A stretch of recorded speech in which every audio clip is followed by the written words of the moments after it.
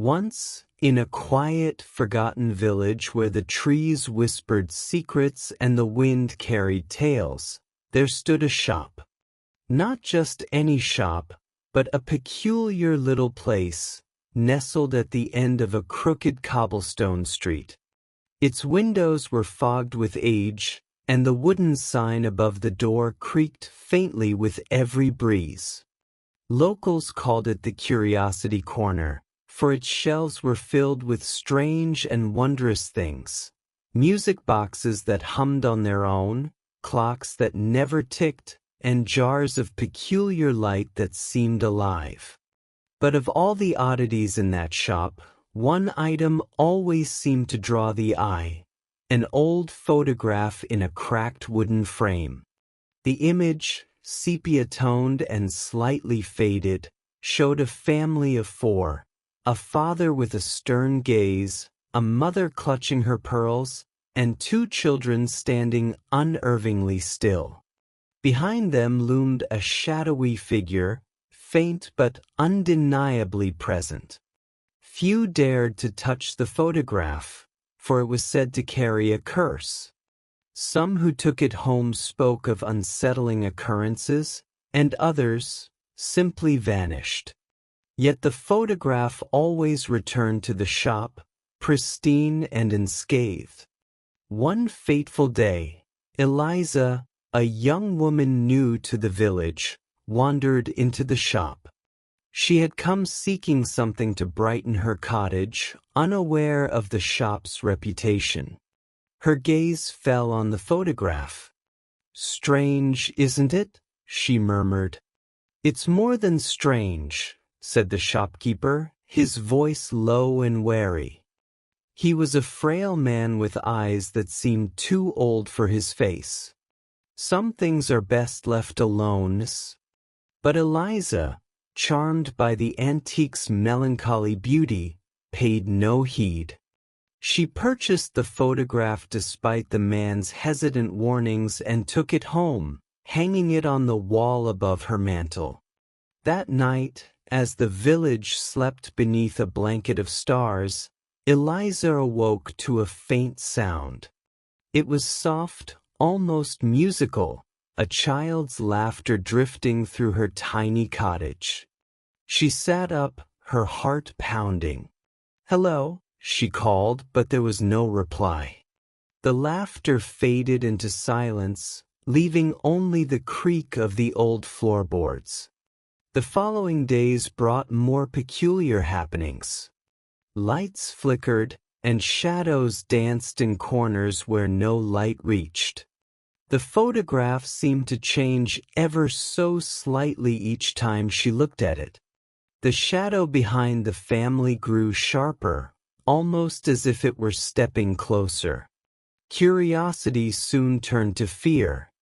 Eliza decided to investigate. She returned to the shop, demanding to know the photograph's story. The shopkeeper sighed and, after some hesitation, began to speak. "Years ago," he said, "a family lived in a grand old house deep in the forest. They were wealthy, but reclusive, and some said they were cursed.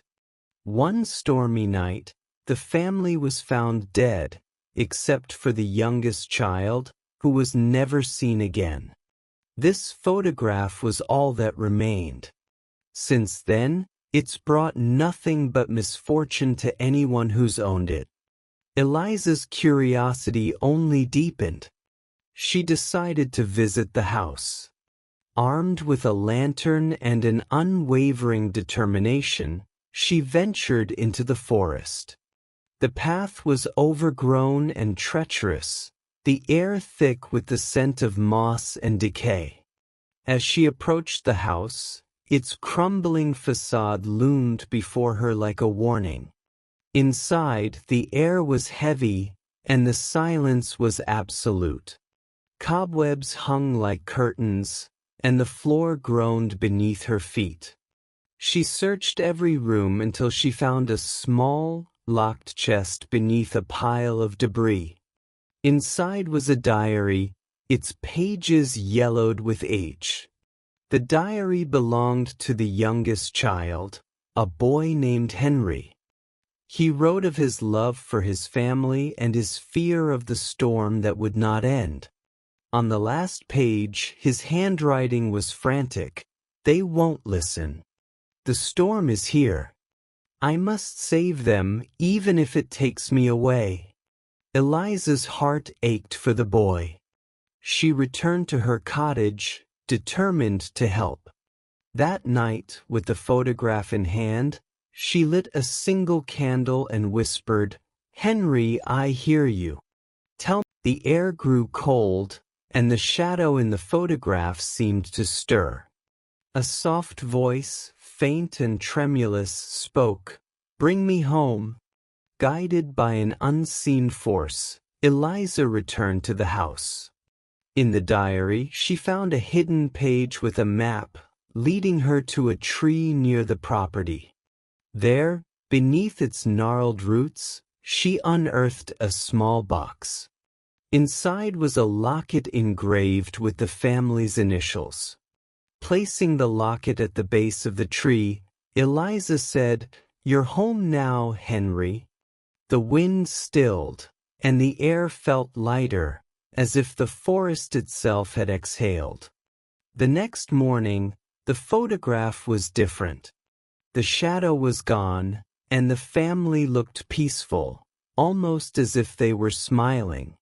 Eliza hung it back on her wall, not as a relic of fear, but as a reminder, even the darkest shadows yearn for light.